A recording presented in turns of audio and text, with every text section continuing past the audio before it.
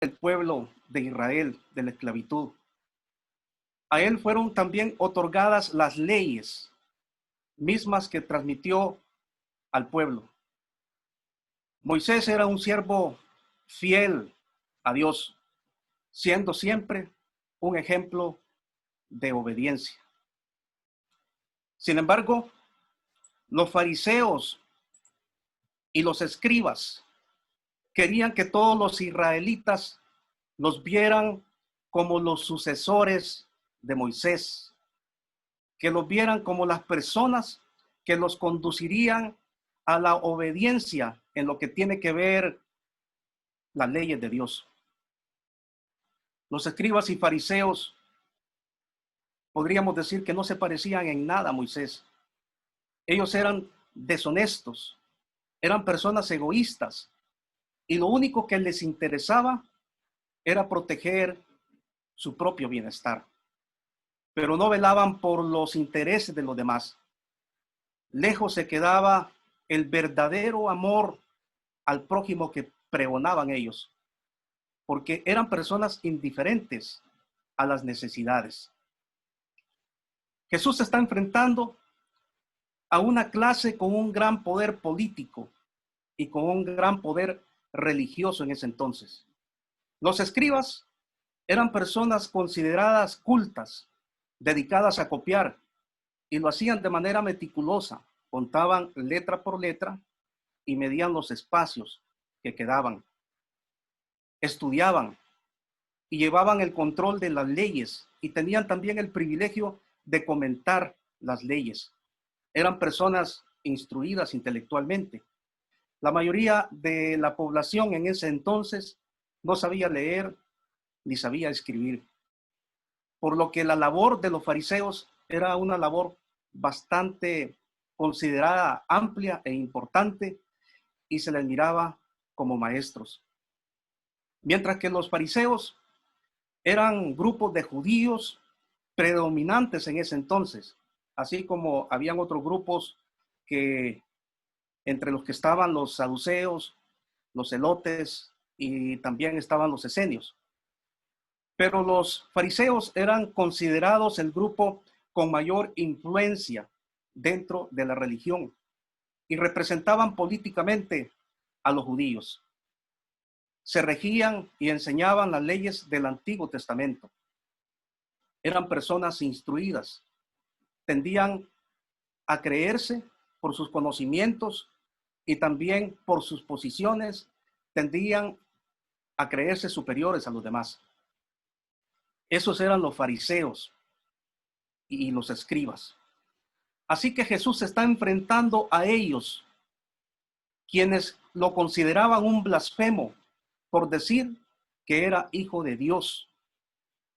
Pero ese día les dice a los presentes, vamos a compartir de nuevo el versículo.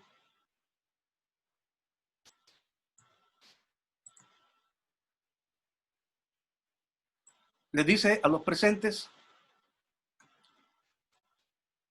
en la cátedra de Moisés se sientan los escribas y los fariseos. Así que todo lo que os digan que guardéis, guardadlo y hacedlo, mas no hagáis conforme a sus obras, porque dicen y no hacen.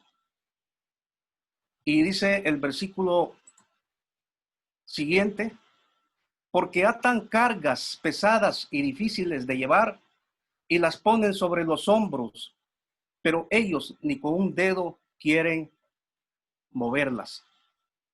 Antes hacen todas sus obras para ser vistos por los hombres, pues ensanchan sus filacterias y extienden los flecos de sus mantos, y aman los primeros asientos en las cenas y las primeras sillas en las sinagogas, y las salutaciones en las plazas, y que los hombres lo llamen rabí, rabí. Pero vosotros no queráis que os llamen rabí, porque uno es vuestro maestro, el Cristo, y vosotros sois vuestros hermanos. Y no llaméis Padre vuestro a nadie en la tierra, porque uno es vuestro Padre, el que está en los cielos. Ni sean llamados maestros, porque uno es vuestro Maestro, el Cristo. El que es el mayor de vosotros sea vuestro siervo, porque el que se enaltece será humillado, y el que se humilla será enaltecido. Vemos estas palabras que Jesús les está dando a los presentes ese día. En realidad, Jesús tuvo un carácter para poder decir estas cosas. Él tuvo la valentía de poderse enfrentar a estas personas. Pero también Jesús se refirió a otro tipo de hipocresía que es muy común en nuestro entorno, sobre todo dentro de las iglesias mismas. Por eso hay personas que no se acercan a las iglesias o hay personas que se retiran de las iglesias, lugares que en vez de practicar el amor y el perdón, se convierten en tribunales de sentencia y se convierten en tribunales de condenación. Y quiero que vayamos a lo que nos dice la palabra de Dios en el siguiente versículo, que lo encontramos siempre en el libro de Mateo. Y dice la palabra: ¿y por qué miras la paja que está en el ojo de tu hermano y no echas de ver la viga que está en tu propio ojo? ¿O cómo dirás a tu hermano: déjame sacar la paja de tu ojo, y he aquí la viga en el ojo tuyo? Hipócrita, saca primero la viga de tu propio ojo, y entonces verás bien para sacar la paja del ojo de tu hermano. Y continúa diciendo en el versículo 6 de este mismo capítulo: no deis lo santo a los perros, ni echéis vuestras perlas delante de los cerdos, no sea que las pisoteen y se vuelvan y os despedacen. La Biblia, hermanos y hermanas, nos muestra la forma correcta de corregir a los demás, sobre todo considerándonos a nosotros mismos. Debemos de tener claro que no podemos ni debemos ser encubridores de pecados, ya solo porque se trate de mi amigo, ya solo porque se trate de personas afines a mí. Por el contrario, el amor se debe de manifestar corrigiendo con amor y dando de nuestra parte un buen ejemplo. Pero en esta porción, Jesús nos muestra que no debemos de llenarnos de orgullo, que no debemos de enaltecernos siendo personas arrogantes, considerándonos perfectos, justos, considerándonos casi santos. Diría que antes de juzgar y criticar, debemos de ver la paja que hay en nosotros. Antes de ver la paja en los demás, es más sensato corregir primero nuestros propios defectos, nuestros propios errores. Esa es la forma correcta en que usted y yo debemos de actuar, pero no destruir a las personas, especialmente a nuestros hermanos en la fe. Porque cuando nosotros actuamos incorrectamente, hermanos, lo que estamos haciendo, cuando nosotros juzgamos a los demás, lo que estamos haciendo es condenándonos a nosotros mismos. Y lo que estamos haciendo es acumulando ira de Dios para el día del juicio. Y eso es lo que nos dice la palabra en el libro de Romanos, en el capítulo 2. Usted lo puede leer y del 1 en adelante. Y en el versículo 5 dice que las personas que actúan así atesoran ira para el día de la ira de Dios. Podemos decir, mis amados hermanos, que una de las cosas que aborrece y condena el Señor es precisamente la hipocresía, sobre todo en aquellos que nos consideramos sus discípulos, en aquellos que nos consideramos hijos de Dios, hermanos de Cristo. La hipocresía es un pecado. Y los que hemos sido llamados al camino del Señor, usted y yo, los que estamos en la iglesia, deberíamos de ser los primeros en vivir una vida verdadera, una vida sin falsedad, una vida con transparencia, viviendo y practicando todo aquello que pregonamos, todo aquello que de lo cual nos llenamos en nuestra boca, porque nos convertimos en hipócritas cuando decimos que amamos a Dios, pero odiamos y guardamos rencor contra el prójimo. Y si es posible, celebramos y nos alegramos de destruir a las personas. Y eso no es correcto. Por eso Jesús le dice a los fariseos que eran como sepulcros blanqueados. Este término es sinónimo de apariencia. Es como que pintemos algo y lo adornemos de una manera llamativa, de una manera bonita por fuera, pero por dentro está lleno de todo tipo de podredumbre, de maldad, de pecado. Por eso Jesús dijo, sois semejantes a sepulcros blanqueados, que por fuera lucen hermosos, pero por dentro están llenos de huesos de muertos y de todo tipo de inmundicia. Jesús desautoriza a las personas que cuidan su buena opinión y su reputación ante los demás. A aquellos que viven una vida de apariencias, pero por dentro están llenos de maldad. Son como esas personas que de palabra rechazan la corrupción, pero en realidad la practican. En cuanto se les presenta la oportunidad o buscan la manera de crear las oportunidades, vuelven a hacerlo, vuelven a robar. Este tipo de personas son personas hipócritas.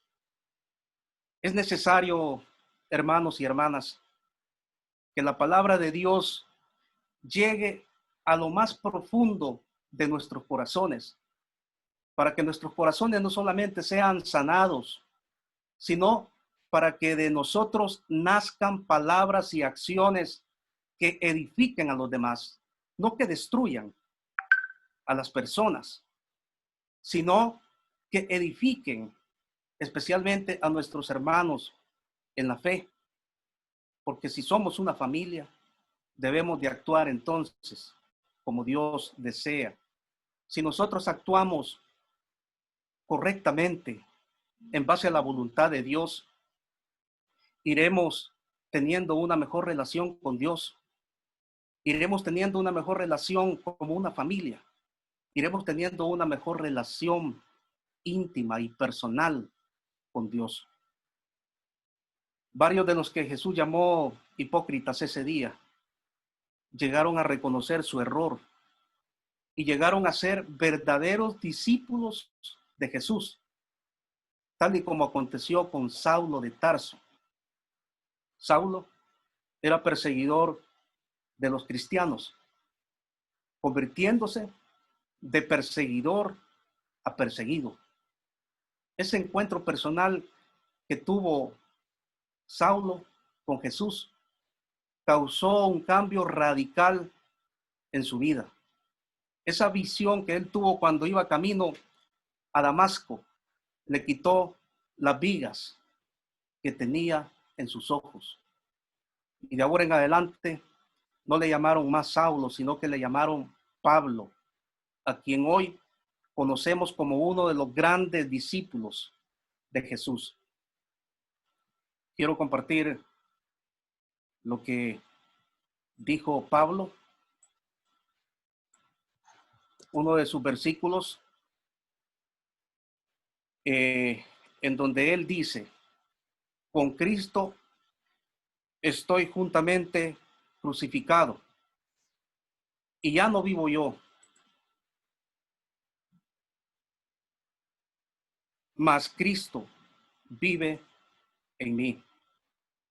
Quiero compartir este versículo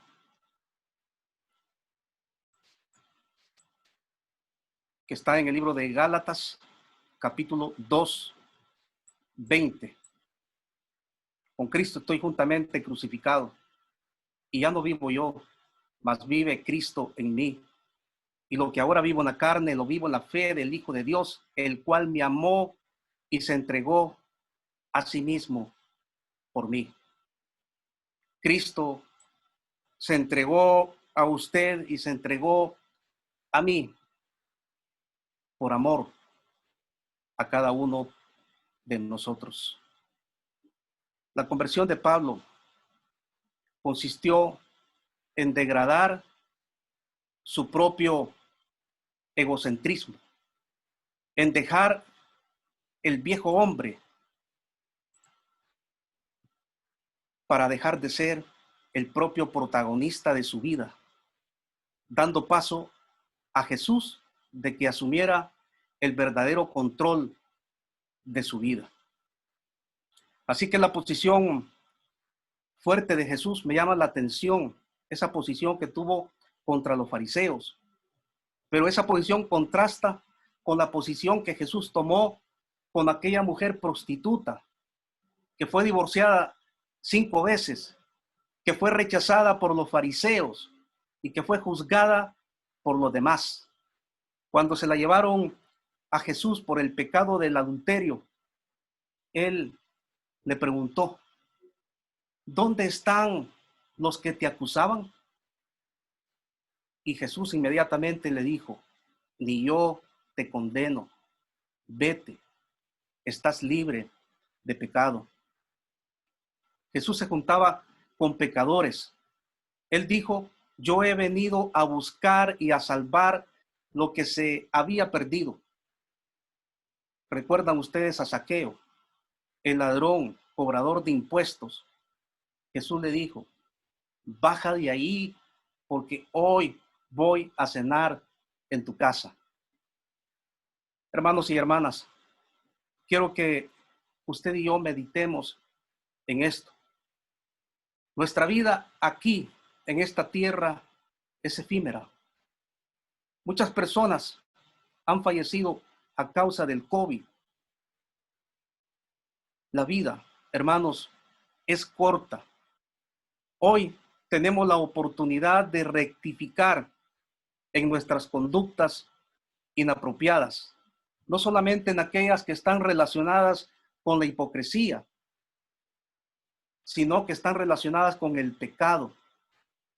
Pensemos en la vida eterna que Dios nos ofrece y que por criticar y juzgar a los demás y por tener actitudes de tipo hipócritas también delante de Dios y de los demás, podemos perder nuestra propia salvación, siendo también piedra de tropiezo para otros. Vivir en paz significa practicar genuinamente el amor de Dios y pedir perdón cuando sea necesario. Quiero, con el respeto de la familia de mi esposa, especialmente de mi esposa Beatriz, un tío de mi esposa le detectaron el COVID la semana pasada y ha estado bastante mal de salud. Y él el viernes llamó a su esposa, que lo ha estado atendiendo con mucho amor, y le dijo que le quería pedir perdón porque le había fallado, porque no había sido transparente en su relación con ella. Los dos se pusieron a llorar y ella le dijo, yo lo perdono. Inmediatamente Él le dijo, algo maravilloso ha pasado en mí, me siento mejor, se me ha quitado una gran carga de mi vida, me he quitado un gran peso y su condición de salud empezó a mejorar. Esas son las cosas que Dios hace. Y sé que el tío de mi esposa se va a levantar para dar testimonio de lo que Dios está haciendo, obrando en su vida. Hoy quiero preguntarle a usted, ¿está usted dispuesto a cenar con Jesús como le dijo a Zaqueo?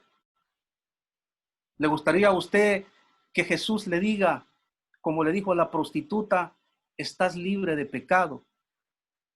¿Le gustaría a usted tener la convicción de Pablo que dijo, para mí el vivir es Cristo, el morir es ganancia? Si usted desea cenar con Jesús, entonces esforcémonos por no ser hipócritas, que es un pecado que Dios abomina. No seamos como los fariseos. Esforcémonos por cambiar nosotros antes de juzgar a los demás, siendo siempre un ejemplo de humildad, siendo un ejemplo de transparencia, de compromiso, de amor, de perdón y de misericordia ante los demás. Si eso es lo que nosotros damos, si eso sembramos, eso mismo vamos a cosechar en nuestras vidas. Que el Señor les bendiga.